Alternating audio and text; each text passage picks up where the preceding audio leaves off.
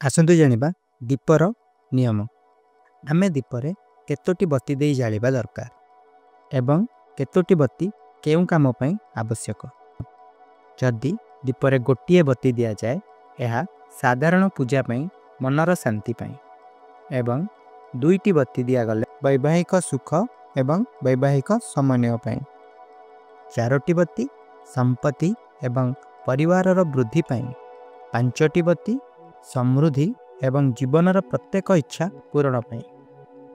11 किंबा 12टी बत्ती विशेष पूजा किंबा उपवास रे देवी और देवतांको आशीर्वाद शीघ्र पाइबा पई।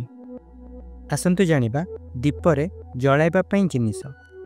गाय घी सर्वोत्तम सात्विक ईश्वरंको आशीर्वाद प्रदान करे। तिल तेल पाप एवं बाधा दूर करिबा पई शनि एवं भैरवंको आशीर्वाद पई। सोरिष तेल दुष्ट आत्मा एवं नकारात्मक शक्ति सुरक्षा पाई। महुआ तेल दीर्घायु एवं रोग निवारण पाई। आसंतु जानिबा दीप लिभाइबा पाई नियम। केबे भी फुंकी दीप लिभांतु नहीं। वैज्ञानिक दृष्टि घी किंबा तिल तेल जालिबा परिवेश रे नकारात्मक जीवाणु को नष्ट करिथाय। दीपर शिक्षा द्वारा उत्पन्न कंपन घरे अम्लजानर परिमाण वृद्धि करिथाय एवं मानसिक शांति देइथाय। आसंतु जानिबा दीप द्वारा पाउथिबा केतेक संकेत।